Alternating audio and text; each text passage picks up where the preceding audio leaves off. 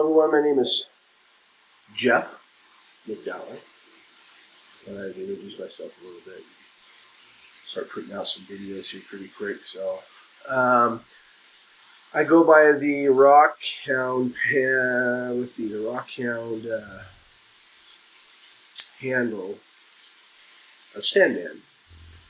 So anyway, why did I start doing this? Well, let me go back a little bit. I got into rock hunting in about the 70s, I think, 70, 75, like that. My dad inherited some of my mom's stuff. A little tumbler, a saw, and a slab polisher. And we kind of got interested and introduced into it at that point. My dad not really knowing anything about any of that kind of stuff. We was intrigued by it. We liked the outdoors. We were an outdoor family, and so we thought we'd give it a try. It'd be a great thing to do in addition to what we already do, hunt and fish and all that kind of stuff outside. So anyway, this is in the great state of Oregon, which I'm no longer in. Couldn't take the politics and moved out. So I am in northern Idaho now, and beautiful. Anyway, we got all this equipment, tried to learn how to use it. My dad had a few contacts from where he worked.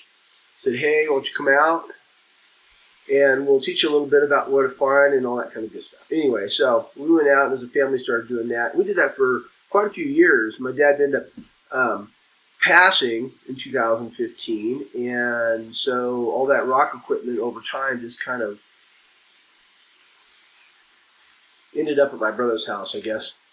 I was living out in the country setting, and I'd gotten back from Iraq and decided I needed some time out in the woods to re-zero myself. So I thought, okay, I'm going to get reacquainted with this and see if it's something I might want to do. I was getting along in age. I thought, what the heck, learn a new skill, find something that's kind of fun. So didn't know what I was getting myself into at the time. Anyway, so taught my brother how to bring the gear out to my place, set it up, started collecting, started building it from there. Realized that I've never really stopped hunting for rocks. Always had a lot of fun doing that, and a lot of great time doing that. And over the course, that was probably about 2006, 2007, and since then I've been collecting equipment and stuff and diversifying and all kinds of things. So yeah, had done some shows and belonged to a few clubs and had a lot of fun with that. COVID hit, kind of threw the wonkers, and we ended up selling our house and started looking. Decided that we moved out of the area that we loved. We loved Oregon's hunting and fishing and rock hunting opportunities, but politically it was just getting to be too much for me to handle. And the word changed me a little bit. So, veteran, I went back to school, got a degree, went to worked for the VA as a mental health counselor for a while, counseling vets. Did that for quite a few years. Retired from the VA, the vet center actually, and moved up here where I'm at now in northern Idaho, and then decided to take a job, transfer my license to Idaho, and worked for another year for an agency up here to kind of get connected to the community. Because we moved up here, we don't know anybody, we didn't friends and family and nobody up here, so we just went out on a limb. I found a great piece of property. It's not too far out of town, and I have lots of space. So back to why I'm here. So I've been watching YouTube videos. I'm an old guy, so it's like technology and things like that are something I have to convince myself to get involved in. But I understand. We've done lots of rock shows. I've done presentations at different places for different people in different groups and organizations, and young people and old people. We've done garage sales around here. We've been quite successful in selling some of the products. So we decided, maybe we'll do this for real. So, opening a store here soon. Should be coming available in March. But I thought, one of the big questions I always got, and I don't necessarily think the industry does a great job um, in explaining it to the newbies. There's a ton of videos out there, people going out and finding stuff, and everybody likes to see that and be their favorite person, running out and walking around finding neat stuff. And pardon me. A lot of times, those people, rightly so, don't know exactly what it is that they're going after. They don't spend a lot of time explaining why it is, where they're at, or any of that kind of stuff. In the rock industry, people are very protective of their spots. The reality is most of the spots they go to are spots that are in books. And there are lots of books out there. So, and I'm just this is RH Idaho #2, I think, the latest one. Rock County, Idaho. Anyway, so what was really missing, I believe, from this, and there's been several people, actually, currently Rock County, he's great. He's really good about helping people identify, helping people do research and all that kind of stuff. But there's just in the industry, it's like, I think there's a big lack in rock hunting 101. So what do I do if I don't even know how interested I am, but it looks interesting and it sounds interesting, and what can I do to, what is it that I can invest in that's not going to be a whole lot of out-of-pocket money, a lot of investment. What is it that I can, because I've had lots of people say, oh, this is really cool. They bring it to me, and the reality is I say, that's a leverite, which means leave her right where you found her. It's too soft. It is absolutely not going to polish up. It's not going to be able to turn into anything. You want to put it in your rock garden, if you want to put it on your shelf to remind you of a moment in time, that's awesome. But if you're wanting to put it, if it's a display piece or something like that, or a polished rock, there's some rules, and so what I'm attempting to do with this is to kind of show people, not necessarily. There's a lot of ways to skin a cat. I mean, what a great metaphor.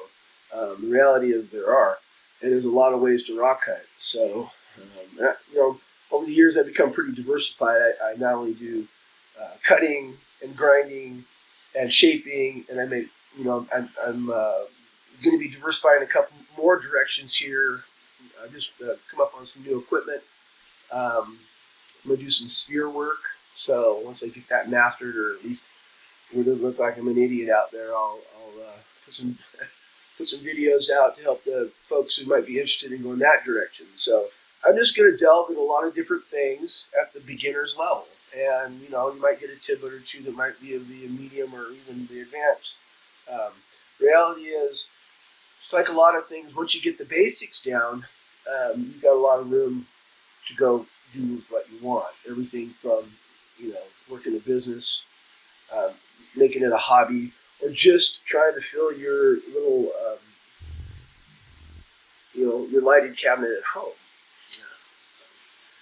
So, currently in the process of doing a tumbling video, tumbling 101, stuff. I'm going to take people from beginning to end, talk about the things that I've done, and, this is the third house that I've set up, or third space that I've set up. I'm going to start off basically in a garage. Like most people, that's how you kind of start. And then it worked to where I had some property, so I was able to build a building and set that up. And then I found out things that were good and bad, and things that maybe I wanted to change, or things that weren't necessary. For me, I'm from the school of KISS, keep it simple, stupid. So, and everybody's gonna, take this. I'm hoping to take this foundation pieces and then, go from there and make it your own. Because there's no right or wrong way to do any of this. There are some rules you have to follow, but other than that, it's about having fun. It's about, for me, it's a treasure hunt. It's about walking around and finding something that's doing its best to hide from you, and then bringing it home. And even if it's, there's a lot of stuff in the rough that doesn't look like much, but being able to identify certain types of rocks. So we'll do field trips. We'll do a lot of field trips actually, but we're also going to be doing a lot of in-shop stuff. How to cut, why you cut, what you cut.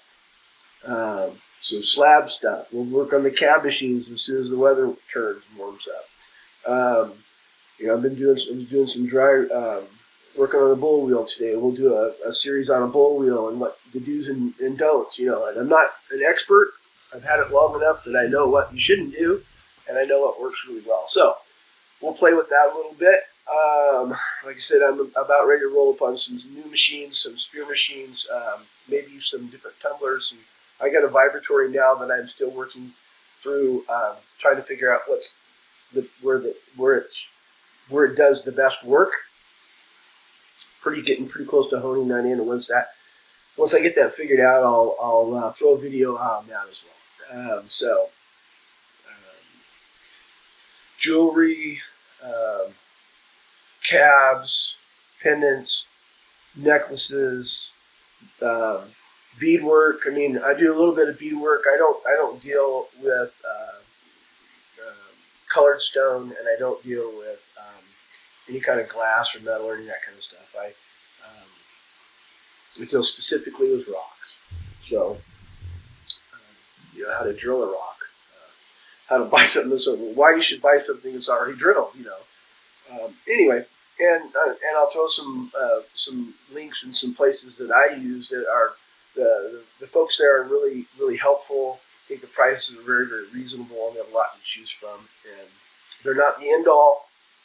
They might be different for your parts of the country, but at least get you kind of going or kind of thinking about what you want to do in this industry. I mean, there's certainly the casual collector, all the way to the person who's trying to, you know, do hand professional, maybe silversmithing. Silversmithing is something I don't do at this point.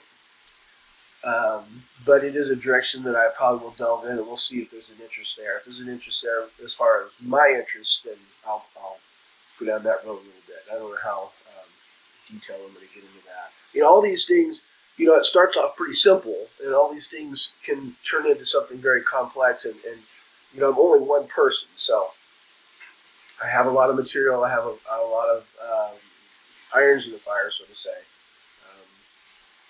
So anyway, saws, grinders, tumblers, orb machines,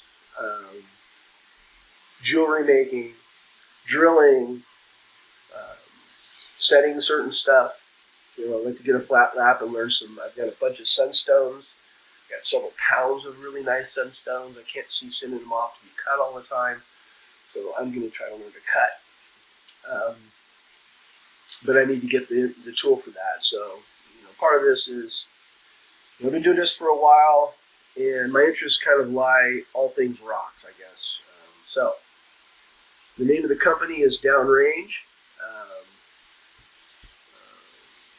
It's a reference to my military experience. Anyway, spent 22 and a half years in the Oregon Army National Guard, retired out as an E8. Was a scout platoon sergeant for probably about 12 of those years, and was on 2 separate deployments. Kuwait in 2000, which was a security mission, and then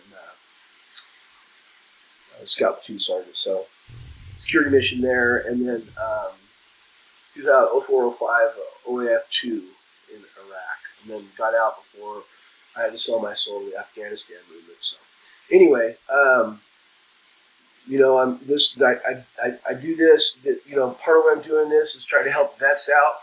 You got to get off the couch, brother. You got to get out, and keep moving, keep doing the things you do.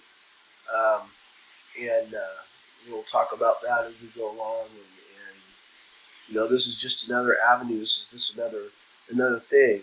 You know, I was in the infantry for a long time, and you stop moving, you start dying. So you keep moving. Anyway, I will. This is just a hello video, real quick, down and dirty. Done a couple of them. we'll put them together or something and get it out there so I can introduce myself. But like I said, my goal is to help the beginner rock hunter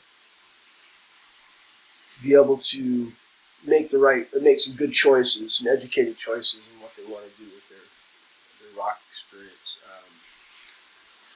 With the website, the web link down there. Like I said, we'll start pumping out the videos. Like I said, I'm doing videos and I'm doing rock work and I'm collecting and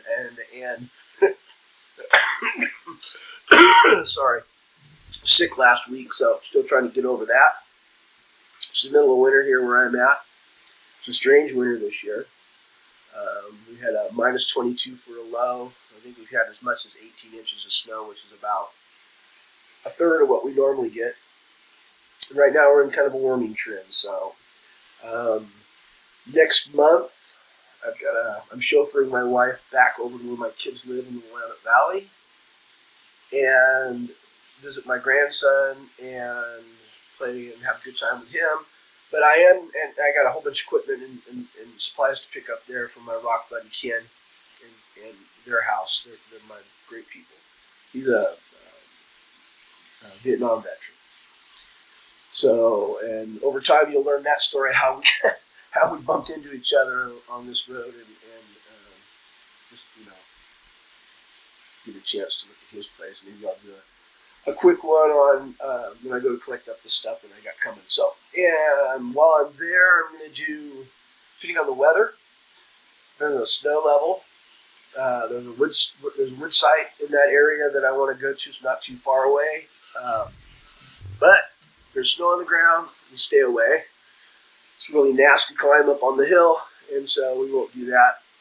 But we are going to make our way down to the beach one day and talk each other into going out there. And Oregon coast in the winter actually is the best time to go, but you can get some nasty wind and some pretty cold rain. So not the best environment to do a video on, but I'm going to do it because it's February, and by golly, if I get the opportunity to get out and do something like that, I'm going to do it. So I think I've covered all I want to cover. So you guys have a great time. If you're interested, subscribe. Drop me questions. If I can't answer them, I'll tell you. But if it's something I can answer, I'll look up the answer for you. Like I said, I've been doing this for a little while. The School of Hard Knocks. Like I said, the biggest thing that I thought the industry lacked was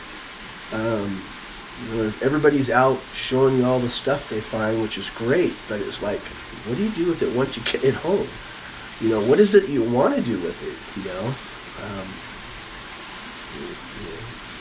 Investment in a saw or a cab machine or whatever. What's some things you can start off with to see if it's something you want to do before you invest a whole ton of money into it. All right, that's it for now. This is Sandman signing off. We are out.